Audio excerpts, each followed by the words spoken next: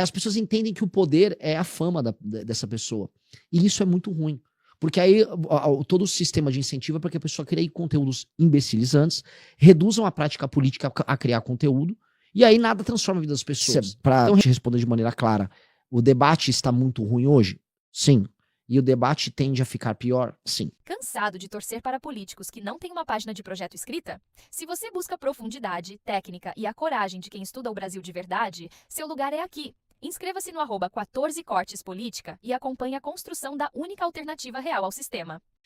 Você acha que a gente tem hoje um papo muito mais raso do que a gente via na política antes dos anos 10, aí vamos dizer assim, antes das redes sociais? Porque eu vejo que eles usam muito do artifício hoje de uma conversa mais fácil, né? Se prendem até em pautas de ideologia, porque, cara, isso fica muito mais fácil da galera entender as coisas, né? Em vez de eu conversar sobre a economia do Brasil e eu falar sobre, cara, sei lá, sobre família ou sobre a luta LGBT, fica mais fácil, né? Dos índios e... Como que você vê isso? Você acha que o negócio foi ficando um pouco mais raso e mais indo para esse lado da ideologia mesmo? Para te responder de maneira clara, o debate está muito ruim hoje? Sim. E o debate tende a ficar pior? Sim. É triste, mas é verdade. Vai ficando cada vez mais raso. Vai porque não há... Tem um problema, que é o seguinte, a política ela era um mercado fechado. É igual ao conteúdo. Vamos dar um exemplo. Antigamente você assistia as coisas na televisão. Sim. E a televisão tinha um domínio completo e ela fazia a própria grade. Você tinha, querendo ou não, um apelo para, né, audiência e tal, mas no fim do dia você tinha um grupo de pessoas que concentrava o que poderia e o que não poderia ser feito. Hoje, qualquer pessoa fica aprendendo quais são as regras de algoritmo para poder ela viralizar seu conteúdo. E você consegue medir isso o tempo todo. É como se soubesse quantos likes teve o programa do Gugu hoje, sabe? Sim, sim. Então, hoje você consegue ver, e aí as pessoas ficam validando as outras socialmente mediante uma escala de fama e conhecimento. E isso faz com que em quase todas as áreas você tenha pessoas que são mais influencers do que um profissional daquela área. Total. Então, na política é isso. A maior parte dos políticos da nova geração não são políticos, eles são influencers. E que eu repito, qual é a função social do Nicolas Ferreira? Ele é um influencer que produz conteúdo sobre política. É isso. Qual a função da Erika Hilton? Ela é uma influencer que produz conteúdo. Ela, né? A gente tem que ser bacana. Sobre política. Isso. Agora, factualmente, as pessoas se sentem inspiradas a produzir um conteúdo sobre política bom ou atuar politicamente bem, ou, na prática, ser famosos. Uhum. As pessoas entendem que o poder é a fama dessa pessoa. E isso é muito ruim. Porque aí todo o sistema de incentivo é para que a pessoa crie conteúdos imbecilizantes, reduzam a prática política a criar conteúdo, e aí nada transforma a vida das pessoas. Então, repara, um político de direita que não cria nada, a função dele é torcer para ter sempre uma confusão no dia, para ele poder ter uma pauta para gravar. Sejamos honestos, eu sou um político de direita. De esquerda também, os do PSOL são todos assim. No dia ele tá, hoje não teve nada, hoje não aconteceu nada, porque os caras querem gravar. A função social de um político é gravar. A maior parte dos gabinetes dos políticos de direita e de esquerda no Brasil são estúdios. Estúdios de gravação. Então ele fica lá, grava o vídeo, tô indignado, ó a esquerda aí que hipócrita, olha, essa direita é fascista. É isso. E a gente tá pagando por isso. Essa é uma sensação muito ruim que dá. Que é uma sensação de que não vale a pena você trabalhar. O Kim Kataguiri, a gente citou ele no começo, ele trabalha igual um cachorro. Agora, as pessoas dão mais valor se um deputado grava um vídeo, se for de direita, olha só, Xandão, vagabundo, acabou. Sério, o Farrur, eu nem tenho nada com ele, eu achei um sujeito engraçado, um cara com bigodão lá do Paraná, um policial. Ele ficou gravando uns vídeos, Workaro, seu safado, aí ele ficou fazendo umas musiquinhas. Milhares, assim, de curtir milhões de views pra nada.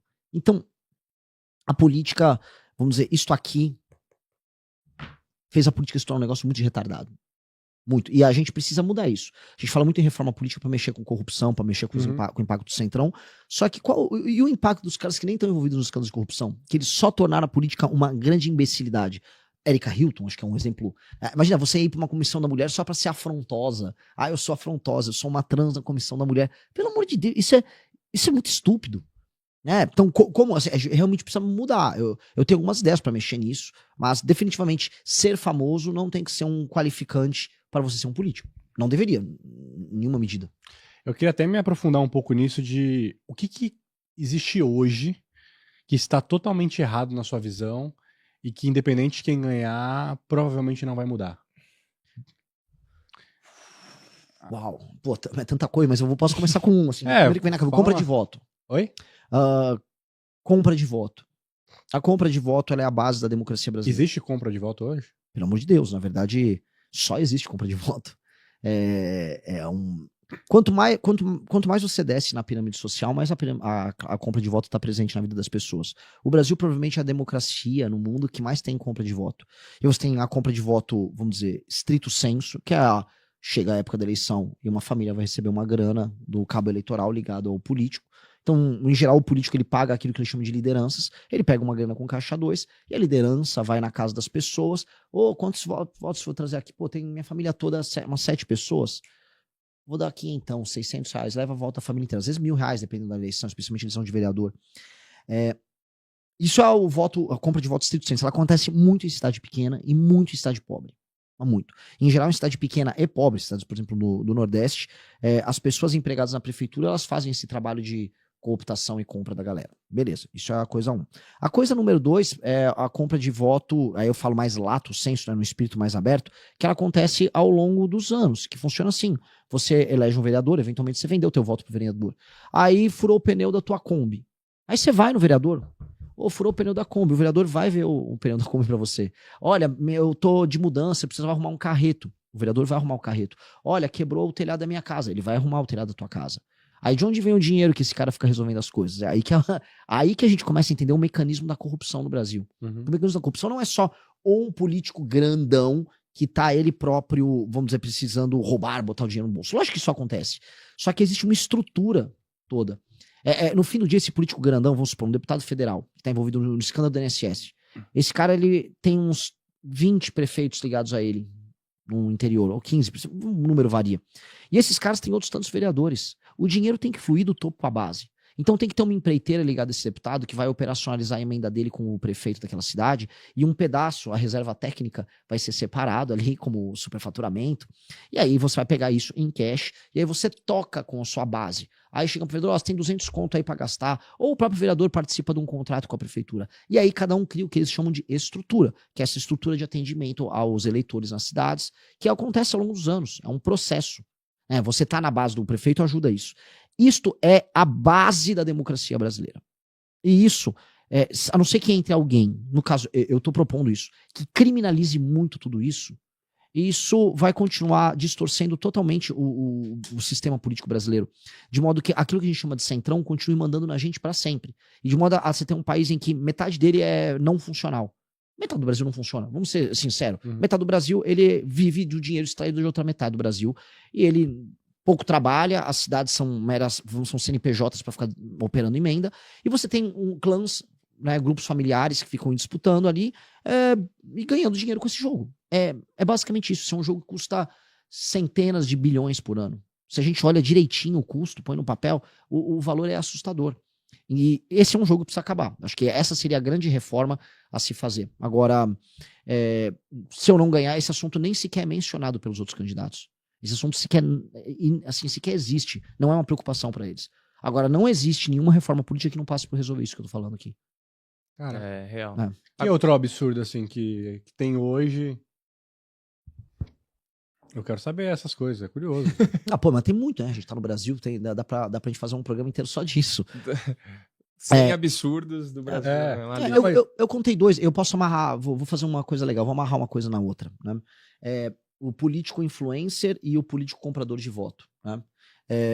Quando a gente surgiu lá em 2015, 2016, a gente falou, cara, a gente tem que entrar na política usando as redes sociais para colocar gente nova, sangue bom na política. Ledo engano, inocentes, né? Primeiro, o que aconteceu? Ora, se você usa a rede social como uma ferramenta, outros vão usar e todo mundo... E você tem limites. No começo tinha limite, vamos fazer um negócio sério e tal. Só que alguém cruza o limite e todo mundo vai alargando o limite, levando pro absurdo. Até o ponto da gente ter, por exemplo, sei lá, teve nele... A Janela Pascoal fazia campanha para um candidato chamado Coringa Reaça nas eleições de 2022, que era basicamente o Coringa do Batman, que eles iam ser reaça. São figuras patéticas da direita que foram levando o discurso apenas para aquilo que é viral e atende o desejo das pessoas de entretenimento nas redes sociais. Isso virou um problemão. Até que o Centrão, o mesmo que faz essa operação de grana, falou, e se eu também gravar esses vídeos idiotas? E aí surgiu o prefeito de Recife, o João Campos, o Manga, o próprio Topázio lá de Florianópolis, que é o prefeito do Centrão pop nas redes sociais. Que é uma mistura de... O Manga é famoso. Manga colossalmente famoso. E assim, o Manga é um ladrão que desviava a grana da saúde através da igreja da esposa. A gente olha isso aqui e fala, cara, é tudo errado. O cara desvia a grana da saúde através de uma igreja. Esse cara, né, tem que ir muito pro inferno, assim, não há o que dizer. Esse cara é um canalha, mas ele nem liga. Ele continua fazendo os vídeos dele de humor e as pessoas defendem ele. Porque o entretenimento fala mais alto do que isso. Então, no fim, olha a volta que as coisas deram. As redes sociais se tornaram um instrumento daquele próprio sistema que eu estava descrevendo de manutenção dele no poder. E aí volto pro começo do podcast. A cena do Flávio Bolsonaro, nem sei se dava pra botar isso na edição, dançando num evento lá no Nordeste. O que ele tá fazendo com isso? Ele tá fazendo Manga. Ele tá fazendo João Campos. Ele tá entendendo, pra eu pegar esse eleitor despolitizado, é dançar, isso é meio boçal. Isso vem com preço. Isso vem com preço. Você não vai alterar o jogo como ele é. Você nunca vai ter uma reforma fiscal concreta, sabe? Pra gente ter aquele Brasil que a gente fala, pô, fiscalmente responsável, sem usar a marretada da taxa de juros cair de maneira concreta lá pra baixo, curva de dívida resolvida, a gente só focar em gente competitiva. Você não vai ter isso se aquele outro assunto não for resolvido. Mas ninguém quer olhar pra esse outro assunto. Esse outro assunto, todo mundo finge que não existe. E aí ficam com aquela coisa tipo, não, mas o Kassab tem um plano. O Kassab é literalmente isso. O Kassab literalmente é o cara que tem o maior número de prefeitos no Brasil, e os prefeitos do Kassab vivem disso. Então, o sistema é foda, parceiro do Tropa de Elite, esse é o sistema.